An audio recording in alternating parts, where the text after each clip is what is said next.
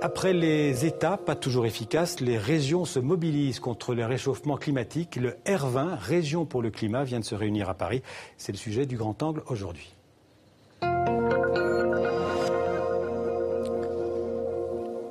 Alors pour évoquer ce R20, les régions pour le climat et la lutte contre le réchauffement climatique, deux invités sur le plateau du 64 minutes.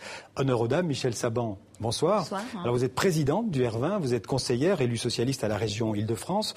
Le R20, on va dire en deux mots, c'est une organisation créée par l'ancien gouverneur de Californie, Arnold Schwarzenegger, qui regroupe en fait les gouvernements régionaux, subnationaux, comme on les appelle officiellement, dans ce combat contre le réchauffement climatique. En face de vous, Jean Jouzel, bonsoir. Bonsoir. Merci d'être là. Vous êtes alors l'un des plus fameux climatologues de France.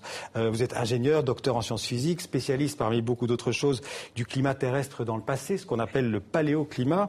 Vous êtes aussi vice-président du GIEC, le célèbre scientifique du GIEC. Voilà, le groupe d'experts intergouvernemental sur l'évolution du climat, le GIEC, il faut le rappeler, qui a eu le prix Nobel de la paix en 2007, si je ne me trompe. Alors, Michel Saban, ce R20, c'est une mobilisation des régions déçues ou motivées, je ne sais pas comment on va dire, par le manque de résultats obtenus par les États. Avant d'en parler, je vous propose d'abord de voir quelques-uns des responsables politiques qui se sont exprimés. Ils étaient à Paris ces dernières 48 heures. Des efforts sont faits aujourd'hui, mais notre cri de cœur, c'est de permettre donc aux collectivités, à côté donc des États, donc de pouvoir jouer un rôle, afin donc de pouvoir lutter contre les changements climatiques. Moi, je ne crois pas aux solutions venues d'en haut.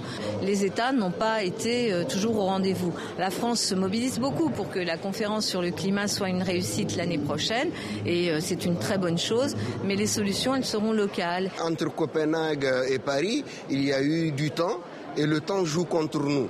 Donc je voudrais dire que nous n'avons pas le temps que certains se donnent. Michel Saban, pourquoi les régions réussiraient là où les États échouent relativement jusqu'ici? Quels sont leurs moyens, quels sont leurs objectifs? Parce que dans le cadre des bonnes pratiques, je dirais, beaucoup de régions, beaucoup de grandes collectivités œuvrent aujourd'hui à des solutions, à des propositions qu'elles mettent en pratique, en œuvre, pour pouvoir faire avancer justement cette question. Les décisions sont beaucoup plus importantes parce que on parle de l'effet bottom-up. On veut beaucoup, mais il existe.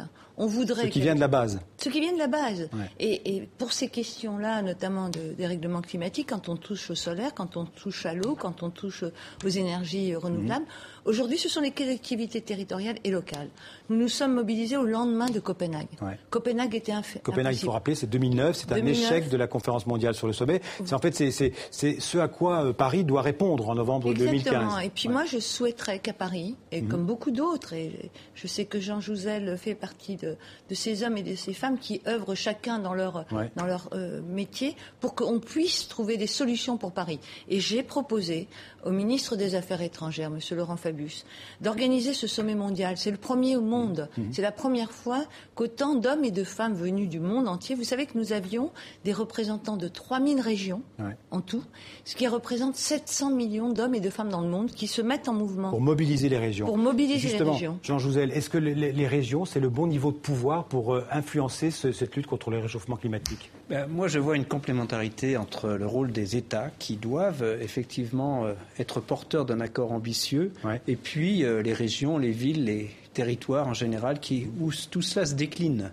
La réalité des décisions, quand on va parler d'efficacité énergétique, de logement, de transport, même de développement des énergies renouvelables, ce sont effectivement les régions qui auront la main là-dessus. D'ailleurs, dans la loi de transition énergétique, on a essayé de donner plus de place aux régions en France. Donc, les régions, les villes, il faut rappeler quand même que 70% des émissions de gaz à effet de serre viennent, du gaz carbonique viennent des villes. Donc, villes, régions, communautés jouent un rôle important. Prenons l'exemple de la France. Les régions n'ont pas beaucoup de pouvoir en France, mais malgré tout, elles peuvent apporter des solutions concrètes en matière. Elles font beaucoup de choses.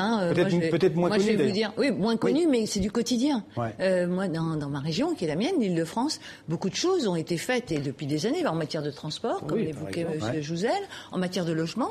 c'est très important. Et puis là, nous venons de créer un fonds vert qui va permettre justement d'avoir encore plus de projets qui pourront être enfin réalisés. Mais moi, j'ai presque envie de dire, pour pouvoir aboutir à un accord à Paris, si on peut l'appeler ainsi, il fallait l'alliance de ces régions et de ces collectivités. Moi, je suis convaincue qu'avec cette alliance, ce mouvement, cette dynamique qui se met en place pendant un an, et là, je sais que le gouvernement français pourra compter sur le R20, justement, pour avancer, pour aller de plus en plus fort.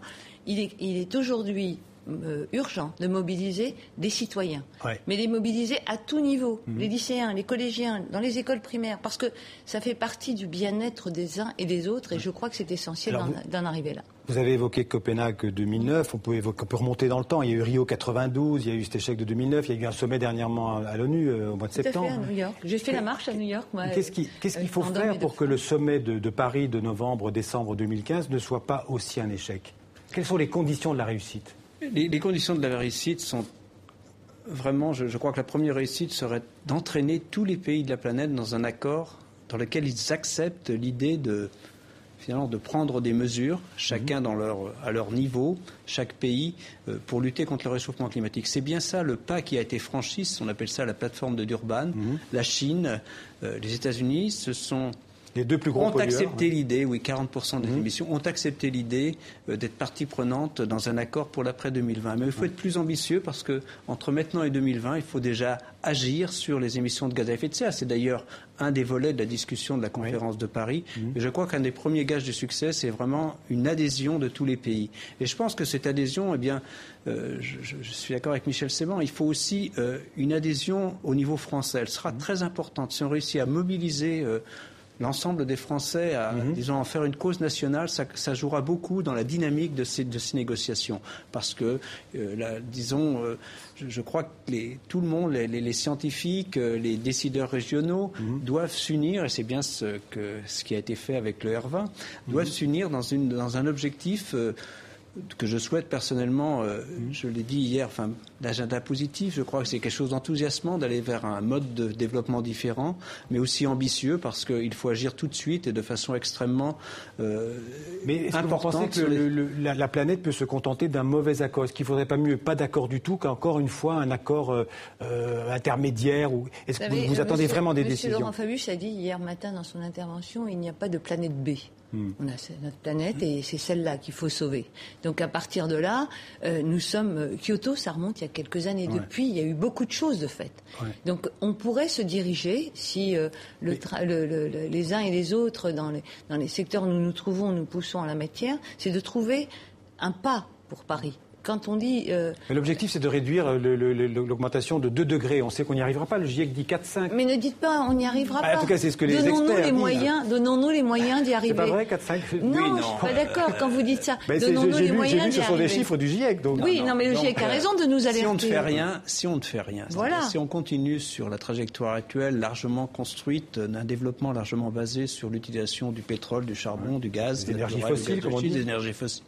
Effectivement, nous irons vers 4-5 degrés à la fin du siècle, plutôt en France. Mais on sait aussi les conditions pour limiter le réchauffement climatique à 2 degrés. Je rappelle quand même que c'est un objectif auquel tous les pays de la planète ont adhéré à Cancun.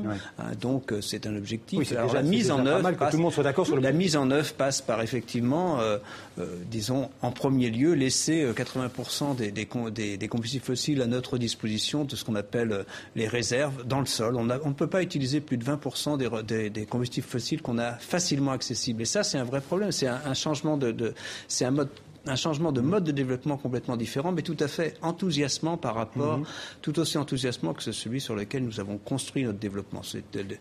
Bien sûr, ce sont beaucoup d'énergies renouvelables, efficacité énergétique, piégeage de énergie renouvelable dont le nucléaire fait partie. Et justement, non, le nucléaire, ne fait pas partie des énergies renouvelables, mais le nucléaire est effectivement un moyen également de lutter contre le réchauffement climatique avec les débats d'un pays à l'autre. Donc effectivement, il se développera de façon différente très probablement dans différents pays, mais c'est aussi, le nucléaire peut contribuer à la lutte contre le réchauffement climatique. Mais quand on regarde à l'échelle globale, je crois que l'arme principale sera un développement massif des énergies renouvelables. Michel Saban, en un mot, est-ce que d'une manière générale, les politiques ne gèrent pas ces questions à trop court terme? Justement, les régions sont là pour leur rappeler qu'il faut les gérer à long terme. Et moi, nous avons appelé ce sommet The Road to Paris, la route pour Paris. Et j'invite les uns et les autres, et vous-même d'ailleurs, journalistes, parce qu'il est très important que vous soyez mobilisés, mais avec cet esprit citoyen sur cette question. L'information, c'est bien, la communication, c'est très bien, mais de regarder ça avec l'œil citoyen qui est le nôtre pour pouvoir faire avancer les solutions, je crois qu'on a besoin de tout le monde.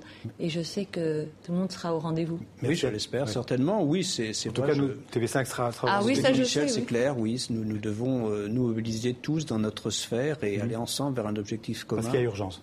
Oui, il y a urgence. Merci à tous les deux d'avoir participé à ce débat sur 64 minutes de TV5 Monde. Merci. Place à